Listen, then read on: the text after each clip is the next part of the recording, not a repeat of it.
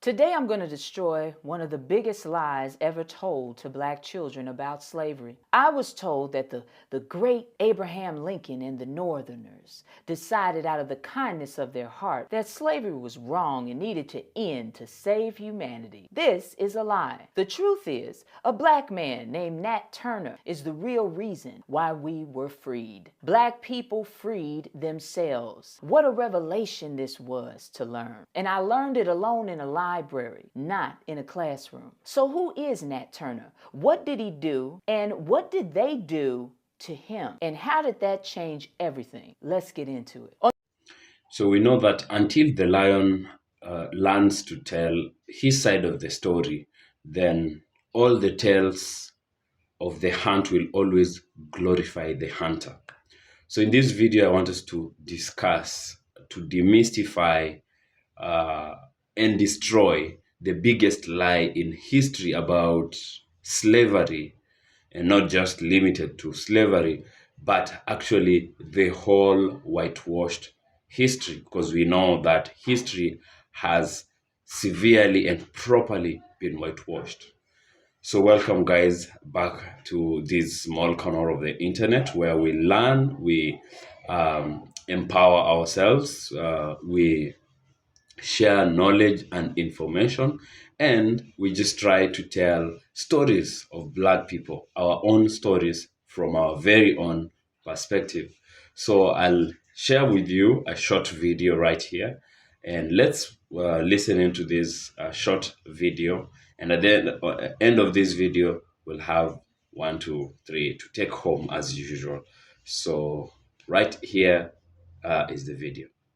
Today I'm going to destroy one of the biggest lies ever told to black children about slavery. I was told that the great Abraham Lincoln and the Northerners decided out of the kindness of their heart that slavery was wrong and needed to end to save humanity. This is a lie. The truth is, a black man named Nat Turner is the real reason why we were freed. Black people freed themselves. What a revelation this was to learn. And I learned it alone in a library, not in a classroom. So who is Nat Turner? What did he do? And what did they do to him? And how did that change everything? Let's get into it. On the evening of August 21st to the 22nd, 1831, an enslaved preacher named Nat Turner launched the most deadliest revolt in U.S. history. Over the course of the day in Southampton County, Turner and other enslaved black people unalived over 60 white slave owners. Hundreds of federal troops and thousands of militiamen got together to stop the uprising. They found several participants except for Turner, and a manhunt began. He was hiding only miles away from the Travis farm where the rebellion began for 2 months. And then on October 30th in 1831, Benjamin Phipps came upon Turner, according to the Richmond newspaper. And Phipps raised his gun and Turner emerged from the foxhole and surrendered. Dozens stood trial for their participation in the rebellion. More than 50 convicted and sentenced to death by the collection of 20 judges who were all slaveholders. In addition, revenge-minded white mobs lynched blacks who played no part in the uprising. Historians have estimated that mobs unalived between 100 and 200 enslaved people who had nothing to do with it. Since it was getting out of hand, slaveholders that wished to protect their enslaved property after the revolt, they had to put an order out prohibiting the killing of the enslaved in an attempt to rein in the vigilantes. After Turner's arrest, he was taken to Southampton County, a small town called Jerusalem, present-day Cortland, Virginia. 6 days after his capture, he stood trial and was convicted of conspiring to rebel and making insurrection. He was sentenced to death, and Turner was hung from a tree, November 11th, 1831. Trigger warning for what they did to his body. His body was given over to the surgeons for dissection. He was skinned to supply souvenirs such as purses, and his flesh made into grease, and his bones divided as trophies to be handed down as heirlooms. His head was cut off and given to one of the physicians as a souvenir. Even though Turner and his followers had been stopped, panic spread across the region. In the days following the attack, 3,000 militiamen and vigilantes unalived more than 100 to 200 suspected rebels. In a letter written a month later from a man in North Carolina, this is what he said as it pertained to the rebellion. The insurrection of the blacks have made great disturbance here. Every man is armed with a gun by his bed nights.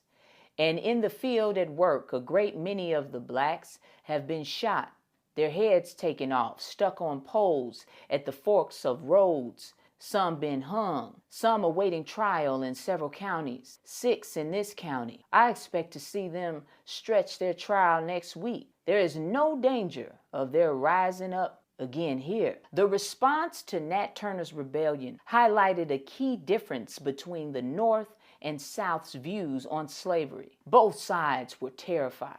The Southern response was different from the North's response. In the aftermath of the rebellion, the Southern states, especially Virginia, enacted stricter laws regarding enslaved people. These laws included prohibiting the education of enslaved people and restricting their movements. The fear of further revolts led to the increase of force used to control the enslaved people. Fears about slave uprisings and many white Southerners reacted by becoming even more brutal and staunchly pro-slavery. They believed that the only way to maintain order and prevent further revolts was to uphold slavery and restrict any actions that may lead to it being abolished. The rebellion, in their view, reinforced the necessity of slavery for the stability of their society and, most importantly, their economy. The Northern response was different. Their fear led them towards self-preservation. For abolitionists in the North, Nat Turner's rebellion was seen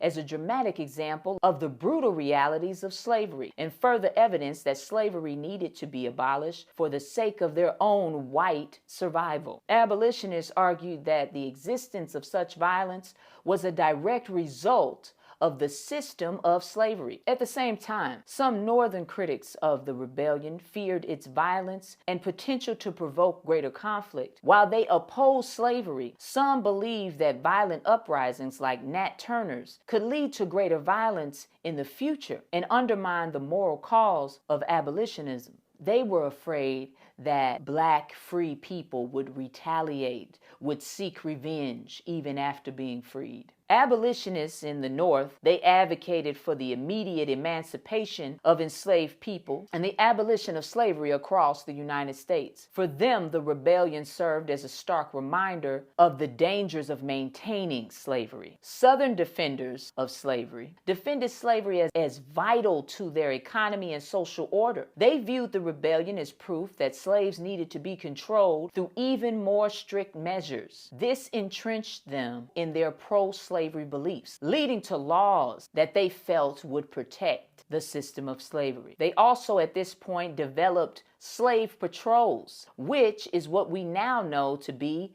how police departments started out. The debate over slavery had been simmering for decades, but Nat Turner's rebellion intensified fears on both sides. This growing divide was further exacerbated by a series of political events in the decades that followed, including the Fugitive Slave Act of 1850. This law required that escaped slaves be returned to their owners, increasing tensions between the North and South, because Harriet Tubman was out there getting slaves out, building the Underground Railroad. Then there was the Kansas-Nebraska Act of 1854. This law allowed for the possibility of slavery to spread into new territories, leading to violence in Kansas and further polarization. Then you have the Dred Scott decision in 1857. The Supreme Court ruled that African Americans could not be citizens and that Congress had no authority to restrict slavery in the territories, further inflaming tensions. Then there was John Brown's raid in 1859. Another violent uprising, this time led by abolitionist John Brown, highlighted the possibility of violent conflict over slavery. These events, combined with the fear and the distrust that had been building between the North and the South for years, ultimately led to the outbreak of the Civil War in 1861. So, to recap, Nat Turner's rebellion played a crucial role in exacerbating the sectional tensions between the North and the South. While both sides feared slave uprisings, their responses to those fears were drastically different. The South responded by becoming more defensive of slavery, while the North increasingly saw the need to abolish the institution altogether. These differing views and the increasing violence surrounding the issue of slavery ultimately contributed to the Civil War, thus proving that Black people did in fact save themselves, which proves that we can save ourselves again. This is the power of knowing your history. This video was brought to you by the Black Revolutionary Collective, an organization focused on building both economic and political power for all Black people in the African diaspora. As always, I love you, Black man. I love you, Black woman. Knowledge is power. Power to the people. All right, so excellent narration by this Black sister. Now, you probably are sitting there and I'm not sure, but I'd love to, ask you, if do any of us really, as Black people, do we even have an idea who Matt Turner was and what happened and what did he do and what happened to him? Probably we're sitting back there at home, watching this video or doing something else, and you thought it is true that what we read sometimes in those history books, that white people helped in any way or are helping in any way in the emancipation of Black people. Sorry to burst your bubble, but the truth is that is not correct. There is nobody that is coming to save Black people, but we ourselves are responsible, shall do it, must do it. If there is anybody that's ever going to emancipate Black people, then it is Black people themselves. Right there from that video, we have demystified and we have deconstructed the history of slavery. That white people did help in any way. They might have been put under pressure to only abolish slave trade, but Black people themselves fought to free themselves. Um, Here in this video, I just want us to touch a little wider scope of how history in itself has been whitewashed in many ways. Whatever you're reading in that school system, in that school history book, is probably a story that is glorifying the hunter that did not really catch any meat, but got free meat from a lion that hunted down the meat. Now, in many ways, white history was whitewashed. I want us to look at just few of them right here, and then we'll have something for ourselves because knowledge is power. So, one way is that this happened, whitewashing of history happened, is erasing African and indigenous civilization. By this time, if you have been in this channel long enough, you know what we're talking about by erasure of indigenous civilization or our own African civilization. So African empires like Mali, the Songhai, and the Great Zimbabwe are often downplayed or ignored in mainstream history. Of course, because that is the history of Africans. And then we can talk about downplaying of colonial atrocities. So the brutality of European colonialism is often softened in history books, making it look like it was a civilizing mission rather than a system of exploitation, genocide, and dehumanizing acts like slavery. The Belgian atrocities in the Congo are less talked about. But do you know that King Leopold of German of Belgium unalived 10 million, at least 10 million Africans in the Belgian Congo of that time. The British famines in India and back in Africa, there was the genocide of the Herero and Nama people in present day Namibia.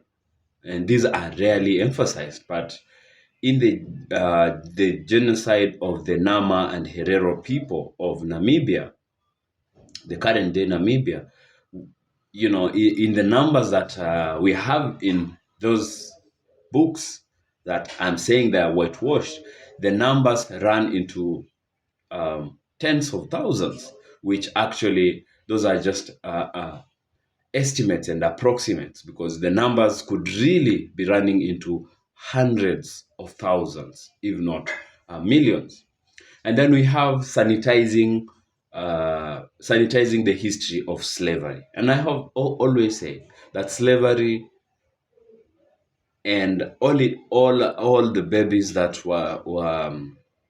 that slavery gave birth to, like colonialism of Africa and racism as it exists today, have been an enterprise, a business enterprise worth billions of dollars that has benefited white people.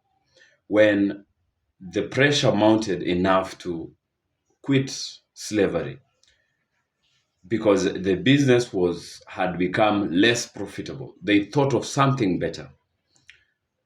And that gave birth to the idea of colonialism. So initially, they used to come to the continent of Africa, steal black people, and run away with the black people into the Americas and enslave them.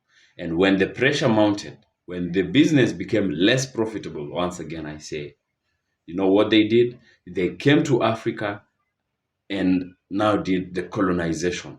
They divided Africa like a piece of cake to themselves and started stealing resources and anything else that was possibly possible to steal. So the transatlantic slave trade is often taught in ways that focuses on the economic aspect rather than the dehumanization, violence, and the resistance of enslaved people. So many historical narratives omit the active role black people played in resisting slavery, such as the revolution in Haiti and the revolutions led by the heroes like Nat Turner, uh, as we have come across from that story by that black sister. And then again, we have glorifying European figures while ignoring non European achievements. So, figures like Christopher Columbus are often presented as heroic explorers rather than people that actually began the perpetration of genocide and enslavement. The scientific and mathematical advances of non European cultures, e.g., for example, we have the medical knowledge of ancient Kemet kingdom, the present day Egypt, and the libraries of Timbuktu, if you have an idea what that was, are often overlooked and downplayed. So we don't know where our civilization began, and so that the black people of today have little to no idea that civilization really was with us, began with us before it even spread to other people. And then there's this distorting the role of black and indigenous people in history. And let me read you a statement here. So the portrayal of African Americans in US history often reduces them to slavery and civil rights movements, ignoring their contributions to science, to politics, and to culture, to the culture of the United States of America. In one of my videos in the past, we captured how much contributions of Black people have gone unnoticed or have been stolen from the Black people. That is exactly what distortion of Black history, and not just Black history, but Black achievement is. So Native Americans, American history is also often limited to colonial period, ignoring their continued struggles and contributions. And then we have misrepresentation of historical figures. So figures like Cleopatra and Hannibal are often depicted as white or of lighter skin shades, despite historical evidence of what? Of their blackness or of their African ancestry. Films and media frequently cast while actors in non-European roles, reinforcing false perception of history. Another point is ignoring Pan-African and global Black resistance movements. So the global fight against colonialism, led by heroes and figures like Patrice Lumumba, Thomas Sankara, and Kwame Nkrumah, is often not taught, not only in Western schools, but even in Africa, is very, very shallow. The capture of the history and what happened to these historical figures of uh, emancipation in Africa is taught in a very shallow way. So why does whitewashing really happen? So we have, of course, the first point is Eurocentrism, whereby a focus on European history as the center of world progress. We have colonial legacy, and we have political and economic affairs, not affairs, but actually interest. Because I said this whole hula baloo is nothing but a business for white people. So what I'm trying to say in this video is real change has always come from within, and through the unity of Black people, self-reliance, and strategic emancipation. Looking back into history, history has it that any achievements that have come our way as Black people, we have had to fight for them. See, the system as it exists wasn't built for us as Black people. And again, we have a number of historical betrayals, broken promises, and failed economic support policies. And that simply means nobody has your interest at heart if you do not have the same yourself. How can we do this as Black people? How can we continue to uh, challenge a whitewashed history? One, we have to really look into economic independence. It's time Black people started supporting Black businesses. It's time we saw the value in our own businesses, in the business of our Black brothers and sisters, and we supported each other. And in fact, go a step ahead to quit supporting any kind of business that doesn't recognize us as Black people across the entire world.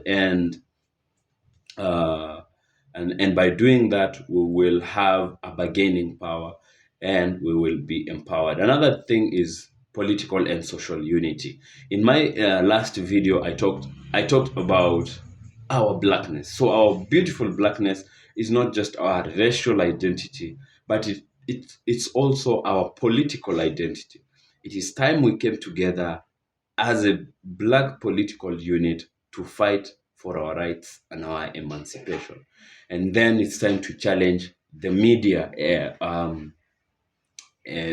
narrative, where everything white is depicted as good, and any kind of character of questionable traits is associated with Blackness or Black people. And then again, knowledge and education and knowledge power. The best thing that we can do to each other is spread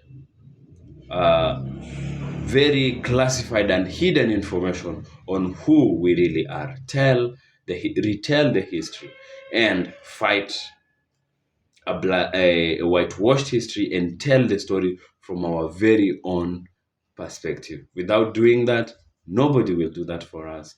And we will still continue to languish in this state of oppression. That is the video. That is all I had for you in this video. I don't know what you have learned, what you think about this. You can share your thoughts in the comment section below, and like this video, share this video as well. And if you have not subscribed to this channel, please go ahead and hit that subscribe button to be part of this family. So until next time, I will see you in the next video. Peace out.